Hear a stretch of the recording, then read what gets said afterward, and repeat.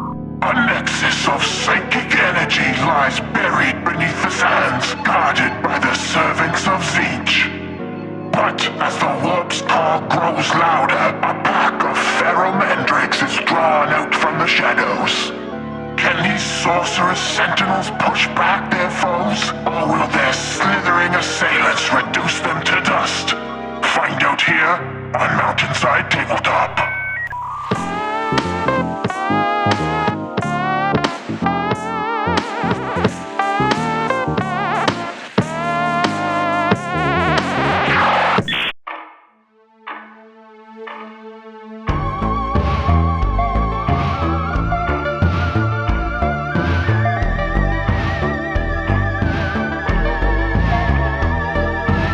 What's up, everyone? Welcome to another Kill Team Battle Report. So happy to finally have a new kill team. It's been a while, and I've got the Mandrakes on the table today. So I've built kind of the only worthwhile loadout here, which is as many specialists as I can, and then a few warriors. Love a one-box kill team, no decisions to make. I really think that that's the way all kill teams should be forever moving forward. So people have talked a lot online about how to differentiate between any of these models, and because they all are just like a guy with long hair and a sword and a flame. So I've made all my specialists have blue flames and the normal warriors have pink flames. You could use the top knots, but I hate the top knots, and so, you know, we'll kind of live and die on that.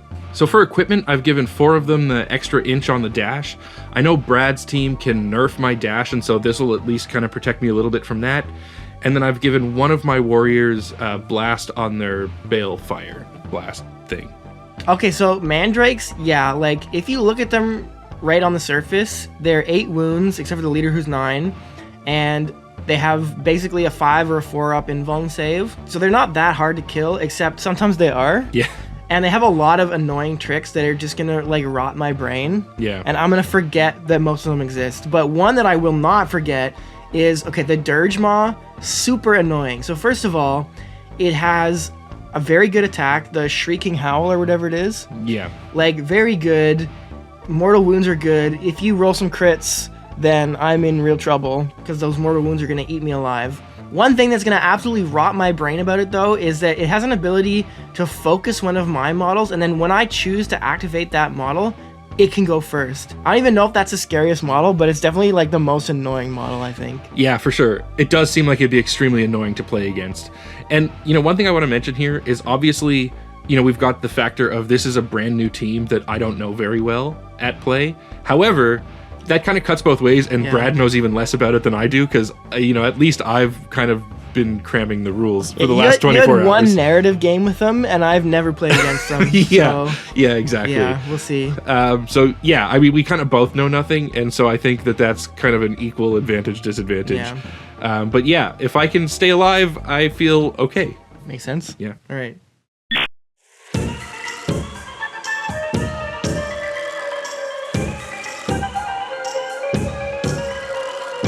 Alright, it's been a hot minute since I've had these guys. They've gotten demolished by Pathfinders most recently, but they got buffed a lot, and I'm hoping that this is finally their time to shine, finally get a win for the Warpcoven. I've gone with no Zangors. I know the Zangors just got buffed to 9 HP, and yeah, 4 damage on their weapons does great into the 8 HP Mandrakes, but I just fear, like, they're so good at fighting, and they have that fight first ploy. Yeah. I don't want to mess around. I'm just going to try all Rubric Marines. And for equipment, I've given all my sorcerers the newly buffed Arcane Robes, and the Gunner and the Icon Bearer have Gargoyle Bayonets, just to buff their normal fighting damage to 4. So if I do get caught in a fight, I have better trade potential there. So yeah, like, obviously I've beaten Warpcoven a couple times, but in every single one of those games, I've spent the entire time thinking I was losing, because there's just so much to know with this team, and as someone that doesn't play Warpcoven,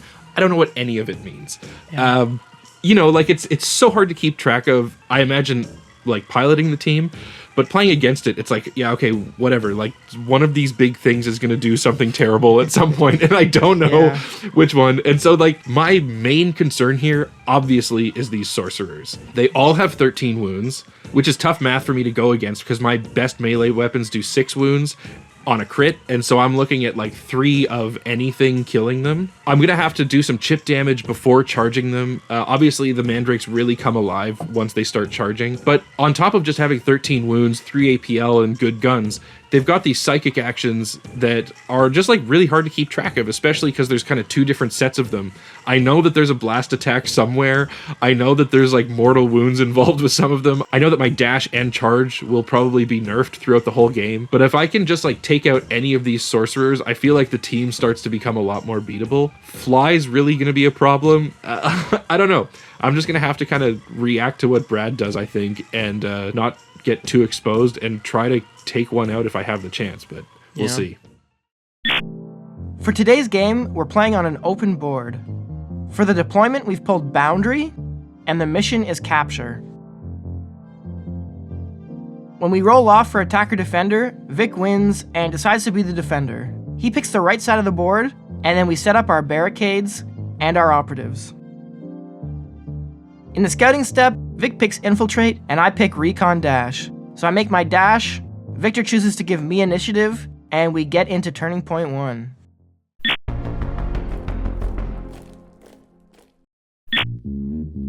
In the strategic phase, Brad plays Exalted Astartes for free, and I'm going to do Haunting Focus on his one sorcerer he dashed because I know an attempted Alpha Strike when I see one. And then I'm also going to play Creeping Shadow, which gives me a free dash after each of his activations.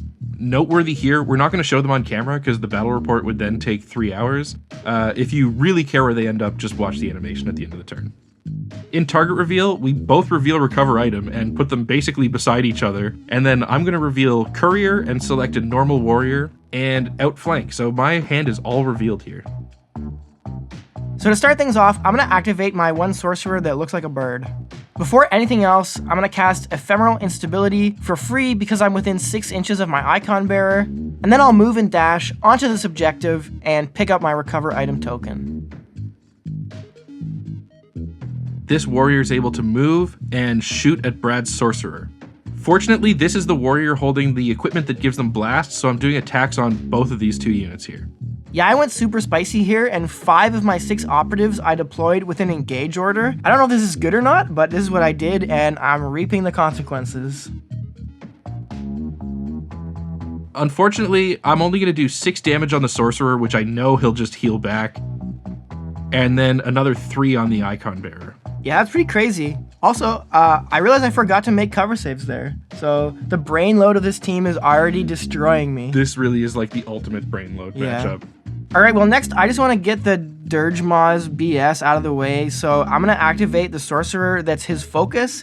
And then really Vic goes now with his Dirge Maw. So now my Dirge Maw is going to activate, and I'm going to use his projection ability to make that sorcerer that Brad was going to activate injured. This is just so he doesn't have enough movement to come to a big blast attack on my backline, and then I'll just move up onto this objective. Okay, well, now I actually get to go with the sorcerer. First, I'm going to use Temporal Manipulation to heal up my sorcerer that just took a bunch of damage. I heal 4, so that sorcerer is back up at 11 out of 13. Then I'll just move into safety and set up for next turn. My Abyssal is now going to move and shoot the leader again, this time using their blast profile. Fortunately, I get no damage through on the shot, and then against the icon bearer, I get 4 through, so at least he's injured, all the way down to 5 wounds. Well, now I'm going to go with my icon bearer. I'm going to dash a tiny bit and then shoot the Abyssal. I only get 3 damage through, and also, now Vic, you forgot your cover saves. So, yeah, I guess we're even. Yeah. And I could shoot again, but I think I can finish him off with other operatives later, so I'm just going to move onto this objective into obscurity and chill for the rest of the turn. My leader's going to activate now, and I'm going to use my order flip to switch them to engage. I'm going to move up and take a shot at this sorcerer. Nothing goes through here, which is a bit of a nightmare, and then I'm going to spend a CP on Slither Out of Sight to switch them back to Conceal at the end of the activation. I'll go with my regular warrior now. I'm going to move over onto this objective and then start blasting. First, I'll shoot the Abyssal. Good roll, but Vic saves well too, and unfortunately, this Abyssal stays alive with 1 HP left. This member of the 1 HP gang is brought to you by Kimberly Horn. Thanks, Kimberly. With my last AP, I'll shoot again. And I do finish him off. So luckily that's one specialist dead, and I'm starting to feel pretty good. One of my normal warriors is just going to move up a bit to be on an objective. This is essentially a pass here. Okay, well my gunner now with the Soul Reaper cannon is going to move. And then shoot this warrior way in the back. Not a great roll. And Vic gets an amazing save, and I only get 3 damage through with this huge gun. That's unfortunate. Another warrior is just going to move up a bit and stay pretty hidden. All right, my leader's going to go now. I'm going to move up to this objective and then reveal Sorceress Ritual. I know I've taken this in so many games in the past, and it's never worked out, but this is definitely the one. So I'm going to cast Sorceress Ritual and hope I can score some points later. Then Vic goes with his Flesh Chooser and teleports completely across the board, which I don't love, but then I have an Overwatch opportunity. My gunner's gonna go. I'm gonna shoot Vic's warrior again. It's already down at 5 HP left. Vic chooses not to auto-retain here. He's fishing for crits, but he doesn't get enough, and I do get the kill. I've killed 2 guys so far. Loving my chances. Next, my Shade Weaver is going to open the Shadow Portal and teleport over here to beside my leader. Then with my last activation, my last warrior, who is also my courier, is going to go through the portal and then dash to be within 6 inches of Brad's deployment zone and control my recover item. Wow, okay, so at the end of Turning Point 1, I score 3 primary points and Victor only scores 2.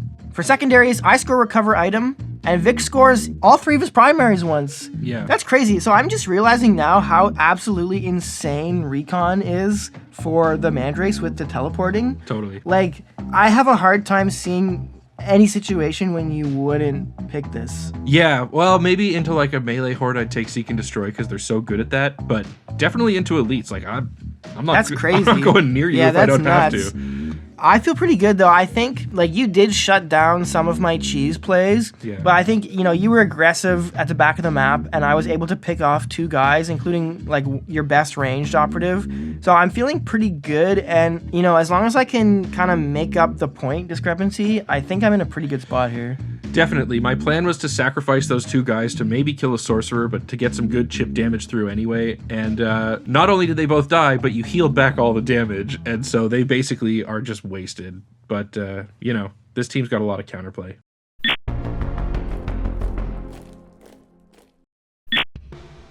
So, unfortunately, in the top of Turning Point 2, even though I gave him initiative in the first Turning Point, Brad wins it again. In the strategic phase, Brad's going to play Exalted Astartes for free, along with Psychic Dominion and Slow and Purposeful. I'm going to put my Haunted Focus on the Sorcerer near the recovery items, and then I'm going to play Inescapable Nightmare. In the target reveal, Brad's going to reveal Vantage, which seems like a big problem for me with this huge vantage point in the middle of the map and a flying sorcerer around to score on it. Yeah, we'll see. But to start off here, I'm going to activate my gunner. I had a few options here for who to activate first, but I think the Chooser of Flesh is just too good. If I remove him from the board, I'm going to feel so good.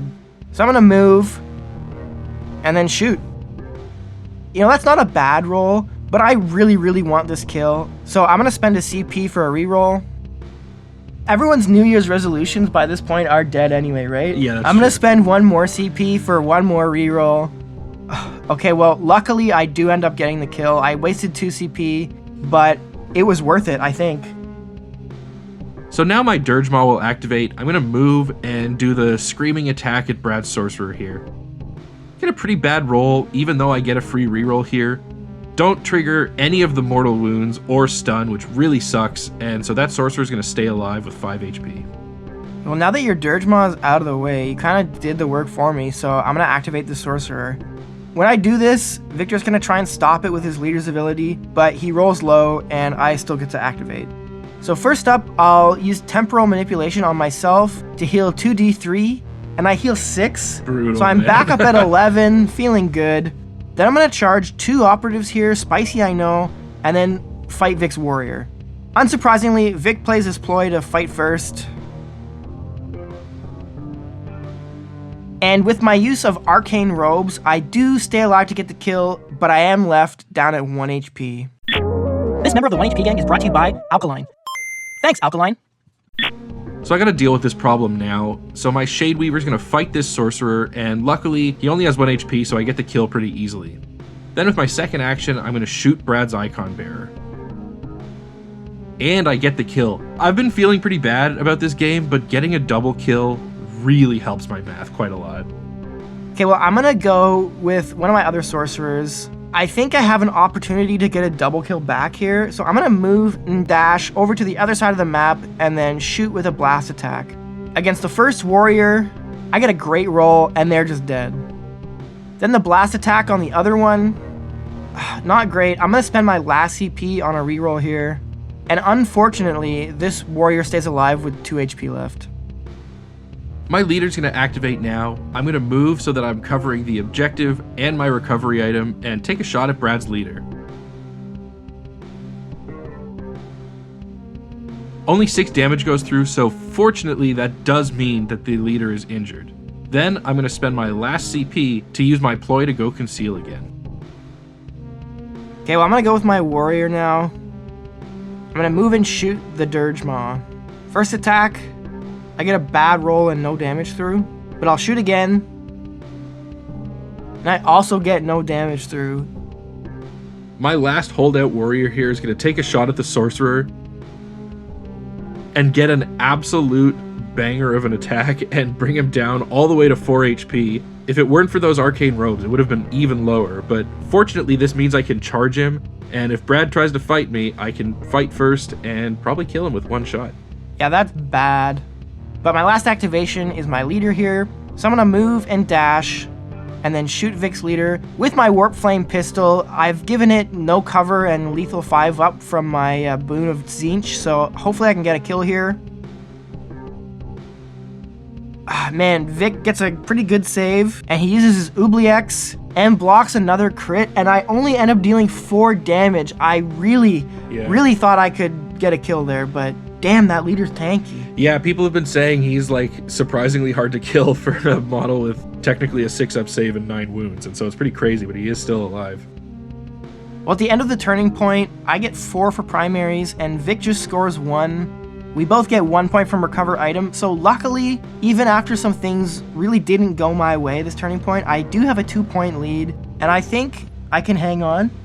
Yeah, I mean, that was a pretty devastating turning point for me, honestly. I did get a couple good kills, but I've lost my courier. I'm only controlling 1 primary objective. My ability to move these things off of objectives is seeming quite difficult, so I'm gonna have to kind of abandon this strategy and just try to score points and stay alive, I guess, but these goddamn sorcerers are hard to kill.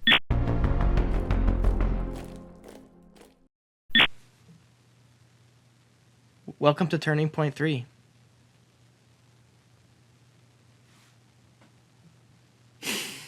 Thanks to our 1 HP gangsters and mountain goats. I already did that. Yeah, I was gonna say we've done this one. What if it's the same, but I just don't do the big goats ever? Just like hang on it and don't goat? Yeah. Don't give them I the won't goat. do the jump scare. Yeah, okay. Goats! Jesus Christ! I hate how effective that was. Is that good? Yeah, we'll leave there. We're done.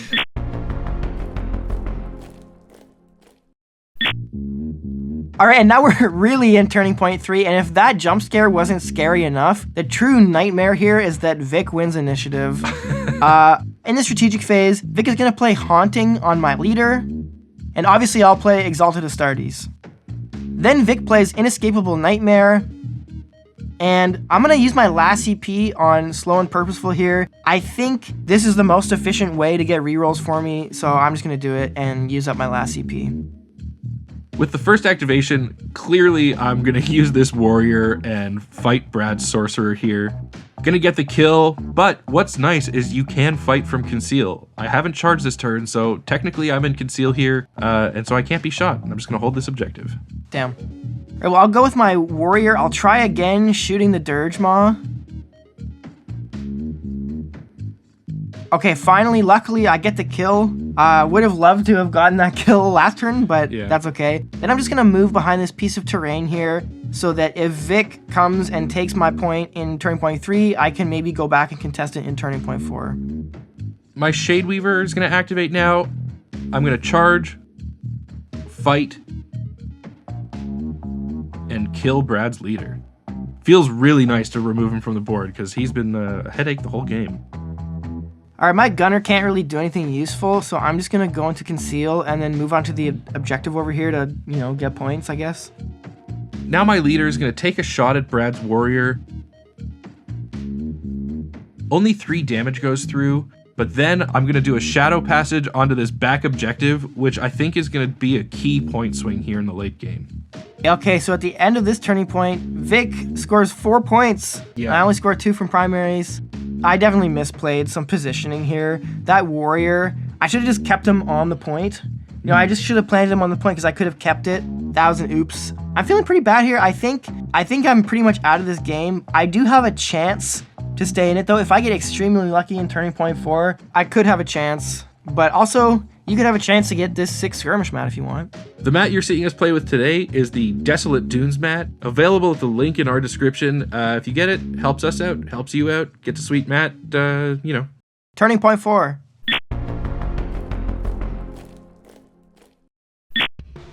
All right, turning point 4, luckily I do win initiative. I'll start out by playing Exalted Astartes, and Vic plays Gloaming Shroud, and I'll hold on to my last CP for a reroll. So, my first activation here. I know this is risky, but as far as I can tell, this is basically my only chance. So my warrior's gonna charge and fight Vic's leader. I know this is risky. And I get a terrible roll. I'll CP reroll with my last CP into a miss. My warrior dies on its own activation. The game's over. Yeah, so with my remaining activations, I'm just going to score, outflank, and keep hold of my 4 objectives. And so yeah, that's the ball game. Man, that was a close game. It was. I felt pretty good. Honestly, I've started getting kills. I was destroying these mandrakes, and I think I got a little bit cocky. I was ahead at the end of turning point 2. Probably if I just played a bit more defensively, I could have maybe pulled it out. I don't think this felt unwinnable. Like, this very much felt like either team could have won. Yeah, I was 100% convinced I was losing throughout most of it, but man, the teleports are so strong. Like, my ability to just, like, at the end of a turning point, decide to go capture another objective is super handy. Yeah, and I knew that you couldn't teleport and then shoot. Yeah. Or teleport and then fight, right? But I kind of overlooked your ability to shoot and then teleport. That's very good. Yeah, I mean, it wouldn't surprise me if they balanced data slate that away. But for now, I mean, it seems super powerful. Yeah. And that was a fun game, kind of like Magic versus Magic. Yeah. And, I didn't hate playing against the Mandrakes. I thought that I would. I thought that they would be so annoying to play against, but I actually didn't hate them. Yeah. As an opponent, Anyway, thanks for watching. We've got a lot of Kill Team on the horizon, so, hit the button and stay tuned, and we'll see you next time. See ya.